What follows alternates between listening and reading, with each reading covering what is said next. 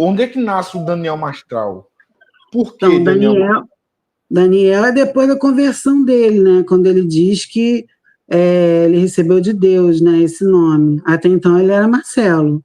Foi depois que ele se envolve com Neuza Tioca, né, que ele recebe esse nome aí de Daniel. Foi junto com Neuza Tioca. Aí eu conto também como foi o envolvimento dele com Neuza Tioca, como foi o rompimento, por quê, a verdade, né, sobre o rompimento dele com Neuza Tioca, qual foi o verdadeiro motivo, né, quais eram os verdadeiros motivos, se ela acreditava ou não nele, né, se de fato ela... Você pode falar para a gente sobre isso? Ela acreditava nele mesmo? Vou ter que ler o livro. Então, eu escrevo no livro. Não faz isso. Eu escrevo no livro. Que é ela que endossou, né? Ela endossou, ela que introduziu ele, né? No meio evangélico. Inclusive, ela botou ele para falar junto com a Rebecca Brown, né? No congresso.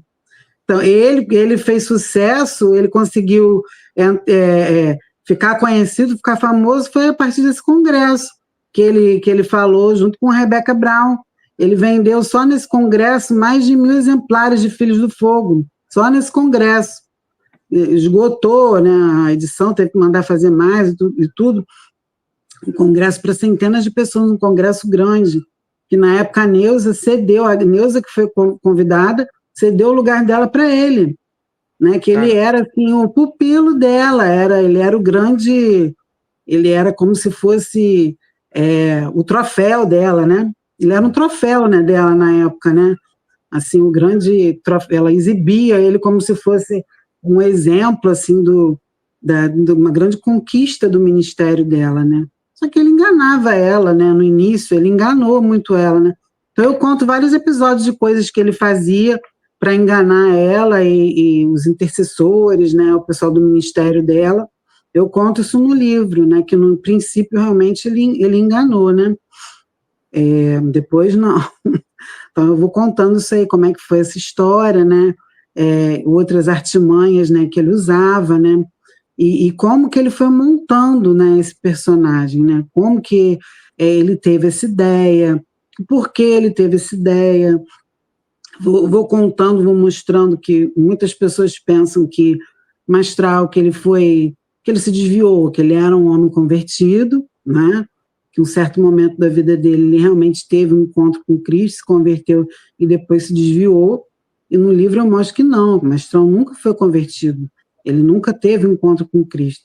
E, na verdade, o cristianismo para ele, o contato dele com esse meio evangélico, sempre foi um negócio para ele, né? Foi uma oportunidade, né? Uma porta que ele viu, que se abriu, para que ele conquistasse o que ele sempre quis, né? Visibilidade, dinheiro, né? Oportunidade dele poder viver no luxo, né, ter uma vida confortável, porque ele tentou várias coisas na vida dele que não foi dando certo, foi dando errado. Então, até que quando ele começou a namorar com a Camila, né, que ele fala no livro, que ele dá esse pseudônimo de Camila, quando ele começou a namorar com a Camila, que ele começou a ter muito contato com a igreja evangélica, que ele ia muito na igreja, né, junto com a Camila, ele começou a ver a fragilidade, né, do povo evangélico. Ele via que na igreja da Camila tinham muitos testemunhos, muitas pessoas que davam testemunhos, né, de ex-tudo, né, ex-bruxo, ex-drogado, né, ex-tudo. Então, ele via que isso dava dinheiro, que isso dava muita visibilidade. Então, foi a partir daí que ele pensou em criar um personagem, ex alguma coisa, né, e ganhar dinheiro com isso, né? Ganhar notoriedade com isso. Ele não acreditava naquilo que ele falava? Ele não acreditava? Sério? Personagem. Era um personagem para ele. Sempre foi, ele sabia. Eu cheguei a falar isso aqui várias vezes, assim, mas eu falava como um opinólogo, né? Como diz o nosso amigo Paulinho. Mas você estudou, você pesquisou, você conseguiu encontrar provas, evidências que consigam corroborar com o que você está falando, no sentido de que, não, ele de fato era um personagem, ele não era aquilo, ele não acreditava no que ele falava. Tem provas disso, Luciano? O livro mostra provas disso? Ele, primeiro, pelo perfil, né? O perfil de narcisista, né, perverso dele. Os narcisistas perversos, eles sabem perfeitamente, eles têm plena ciência do que estão fazendo, né, e plena ciência do que são, das mentiras que contam e do que estão fazendo. Ele tinha plena ciência, né, das mentiras que ele contava, né. É tanto que as coisas que ele inventava para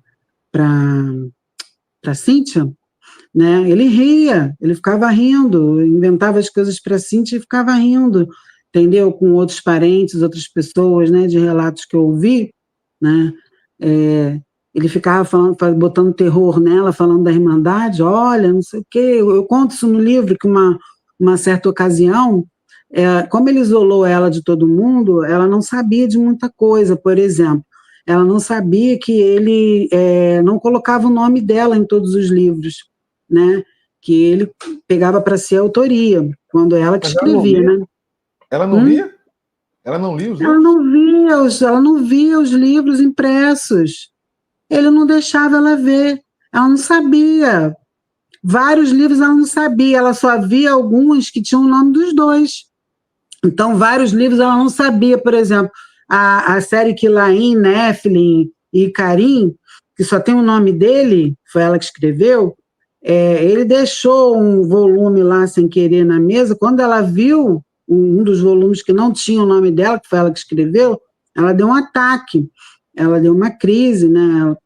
A borderline, a bipolar, tinha múltiplas personalidades, ela deu uma crise, e uma crise feia, né? E aí ele começou eu conto isso no livro, né? Ele fingia que estava passando mal, falava que ia infartar, que ia ter uma parada cardíaca, e dizia para ela que se ela não parasse, que a Irmandade ia perseguir eles, que a Irmandade ia entrar na casa deles, que era isso que a Irmandade queria, que queria destruir, enfraquecer eles como casal, falava um monte de besteira e ela acreditava. Ela acreditava em tudo que ele contava, né? Ele levou ela, conseguiu levar ela num nível, isso eu conto no livro, tudo, desde o início, né? Como ele conseguiu destruir a mente da Cíntia. Desde o início, foi tudo muito, muito bem pensado. Ela foi escolhida, essa é a verdade, a Cíntia foi escolhida por ele, né? Ele escolheu a Cíntia. Por quê?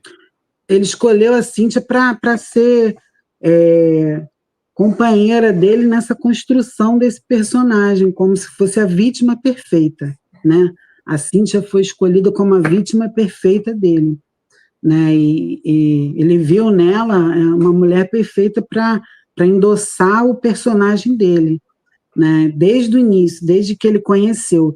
Tanto que ele criou esse personagem para ela, ele criou essa história para ela. Não tinha essa história de irmandade, de ex-satanista, não tinha. Ele criou isso quando conheceu ela, quando conheceu a Cíntia. Com a Itioca, ele vendia o quê? Qual era a história? O próprio Filho do Fogo não já fala sobre isso? Fala, Guerreiros da Luz. Então, Filhos do Fogo, sim. Então, mas nesse caso, ele casou com ela antes disso? Com a Cíntia? Não. Quando ele conheceu Itioca, ele não era casado com a Cíntia. Itioca foi no casamento deles. Itioca foi no casamento. Mas você está falando agora que, só para eu entender, que essa história de irmandade, de não sei o quê, ele criou para ela, portanto, depois do Filho do Fogo. Ele não falava sobre isso? Não, ele criou para ela assim que conheceu. Depois, ele foi contando isso para ela e ela começou a escrever Filhos do Fogo. Ele começou a narrar, ela foi escrevendo devagar, Filhos do Fogo, conforme ele ia narrando.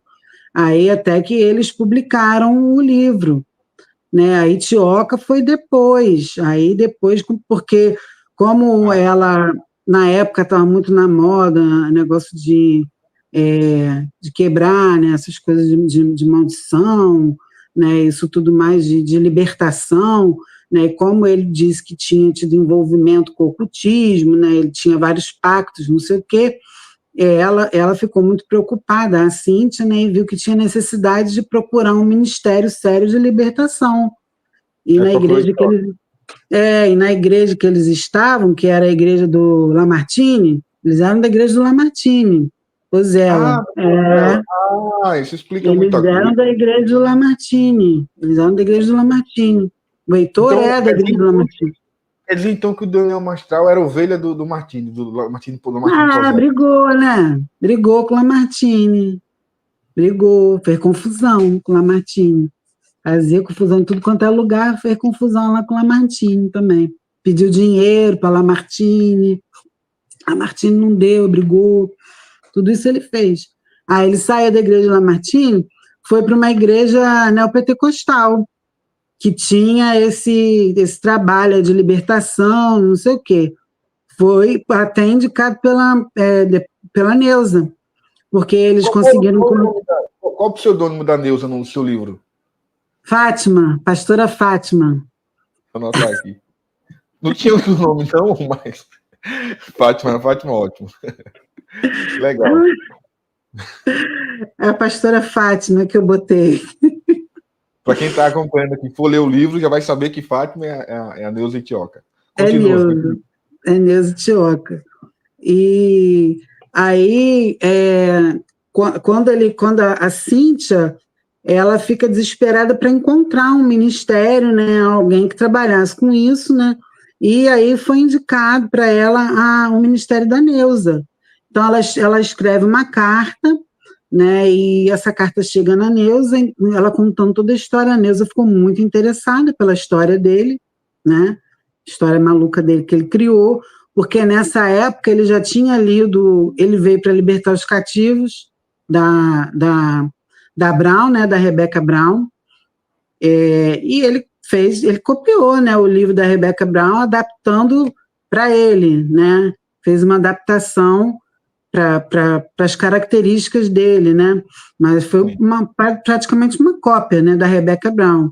Ele se inspirou na Rebecca Brown, né, então ele já tinha lido, né, aquilo, e ele se inspirou nisso aí para criar o personagem dele. As coisas que ele contava para a Cíntia foi tudo inspirado no livro da Rebecca Brown. E aí ela conseguiu achar a Neuza, e a Neuza falou que primeiro eles tinham que fazer um curso, que eles tinham um curso lá de libertação, de um final de semana. Aqueles cursos que tinha aquelas fichas, lembra aquelas histórias? Tinha ficha para preencher, que a pessoa tinha que colocar o desenvolvimento que teve, não sei o quê, no passado, libertação de desligamento de alma, lembra essas histórias que tinha isso? No movimento neopentecostal, tinha muito isso nos anos 90, né? Tinha muito, não sei se tem isso hoje em dia ainda. Eu acho que não, acho que hoje mais não. Tem mais não, né? Mas eu lembro que tinha essas maluquices assim nessa época, né? E aí, nesse curso da Neuza, eles tiveram que fazer isso tudo, fizeram esse curso de um final de semana. Aí ele conta que quando leram a ficha dele, ficou todo mundo de cabelo em pé, fizeram lá o processo lá com ele, e depois disso a Neuza começou a acompanhar. Só que ele já era alcoólatra desde novo, então ele bebia, inventava um monte de coisa, isso eu conto no livro, para fingir, né, que estava endemoniado, essas coisas, né, inventava um monte de história. Aí ele dizia que tinha feito um pacto de sangue na Irmandade junto com a Thalia, né, que ele inventa lá que é a alma gêmea dele, que tinha cortado a mão para fazer um pacto de sangue com ela. Aí ele mostra uma cicatriz, só que essa cicatriz que ele tem na mão, uma cicatriz de uma queda de bicicleta. Ele inventava para os outros que era cicatriz do pacto que ele fez. Do pacto. Ele dizia que era cicatriz de pacto, mas era uma cicatriz de uma queda de bicicleta, né? E cair de uma bicicleta. Então, assim, são várias histórias, né, que ele foi contando nos livros e que eu vou desmontando. Toda a narrativa dele, dos livros, eu vou desmontando. Tudo que ele contava, eu vou falando, não foi assim que aconteceu. Ele conta isso, eu estou desmontando, não foi, aconteceu dessa maneira, né? Toda a loucura da Cíntia, né? Eu vou contando, assim, como que... Eu vejo essa Cíntia, nesse caso, como muito ingênua, né? Porque ela escrevia os livros, mas não sabia que era, não lia depois? O nível que ele chegou uma coisa bem de narcisista, né? Mas ela chegou a um nível assim, de isolamento, um nível de manipulação por ele, assim, desde muito nova, né, desde o início, assim, do namoro, que, assim, tudo que ela sabia do mundo, né, vinha dele, entendeu? Todas as informações, ela não tinha redes sociais, Cíntia não tinha redes sociais, não tinha celular, entendeu? Ela não tinha celular, ela não tinha Zap, não tinha Instagram, Facebook, não tinha acesso às redes sociais, não via nada. Mesmo sendo médica? Não atuava, não. Ela atuou até antes deles casarem, um pouquinho depois deles casarem, e depois nunca mais atuou. Parou de atuar, porque aí já começou com o ministério, e ele também já não queria, né? Fez de tudo para ela largar a medicina, né? Para controlar, né? Já para ter esse controle, controlar a vida dela.